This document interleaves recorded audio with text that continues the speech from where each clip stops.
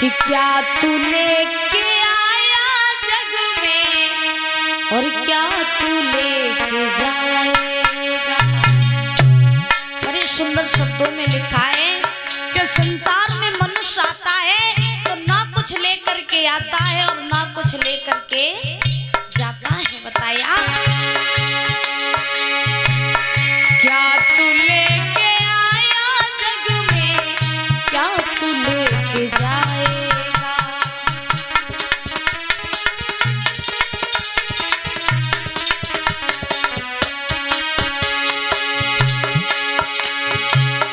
क्या तू लेके आया जग में, क्या तू लेके जाएगा।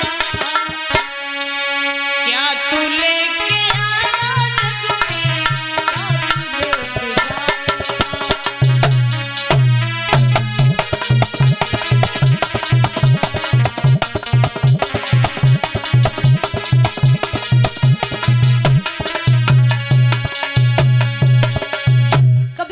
सुंदर कल्पना की है कि मनुष्य जब धरती पे आता है तो आने के बाद में सब कुछ भूल जाता, फिर तो मनुष्य यही करता कि ये तेरा ये मेरा।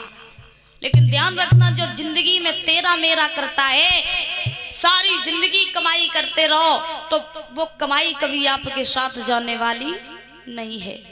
मनुष्य जब मैया के गर्भ में परीक्षित महाराज उल्टा लटकता है, बड़े ध्यान से सुनना, जब मनुष्य मैया के गर्भ में उल्टा लटकता है तो भगवान से ये कहता, प्रभु इस नरक से हमें बाहर निकालो।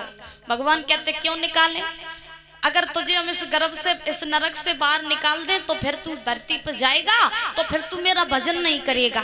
तो मनुष्य क्या कहता, ना प्रभु एक बार इस नरक से बाहर निकाल दो, पृथ्वी पे जाके आपका भजन करेंगे। चलो भगवान को दया आ जाती तो महाराज भगवान उस नरक से बाहर निकाल देते। लेकिन ध्यान रखना, नरक से बाहर जैसे ही मनुष्य निकलता है तो फिर बस वही तेरा मेरा चालू। ध्यान रखना, यहाँ संसार में कोई किसी का नहीं होता है, ना किसी की धन दौलत होती है, ना किसी की संतान होती, ना किसी की पत्नी होती, ना किसी का बेटा होता।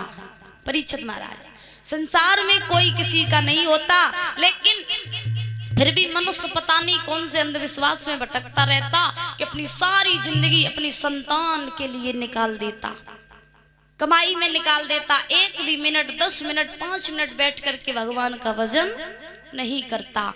लेकिन ध्यान रखना, संसार में कोई किसी का नहीं होता।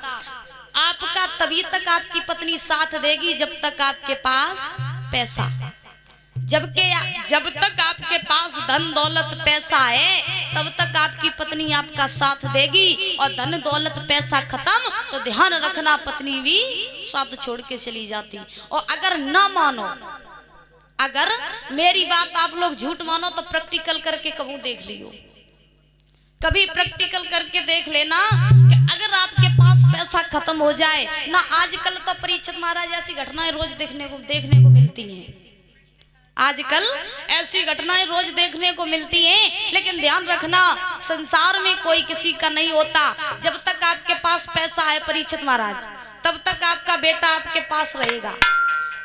अब जैसे एग्जाम्पल के तौर पे हम आपको बताएं, उदाहरण के तौर